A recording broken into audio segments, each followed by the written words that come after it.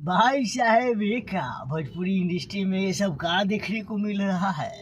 जो लड़की खेसारी लाल के गीत पर मर्द अभी बचा बा गाना सुने थे ना, मर्द अभी बचा बा टी शर्ट उठा के खूब ढोड़िया दिखाई, खूब अपना वही गाने पर फेमस हो गया। आज वो भी खेसारी लाल को कहता है कि पावर यहीं से शुरू होता है।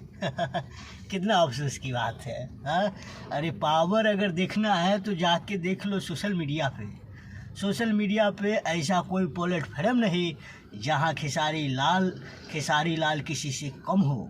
मतलब लाख 2 लाख में नहीं, कई लाख में फैन फॉलोइंग खेसारी लाल का सबसे ज़्यादा है। भोजपुरी इंडस्ट्री में कोई अभिनेत्री भी नहीं खेसारी लाल को टक्कर देता है, इतना उसके पास फैन फॉलोइंग है। आप जाके इंस्टाग्राम, फेसबुक और यूट्यूब की तो बातें ही छोड़ दीजिए, आप जाके चेक कर लेना। लेकिन जो लड़कियां खेसारी लाल के गीत पर मर्द अभी बचा बा यूट्यूब पर चैनल बना के मतलब जो डांस करती थी, आज वो भी कहती है पावर यहीं से चालू होता है। तो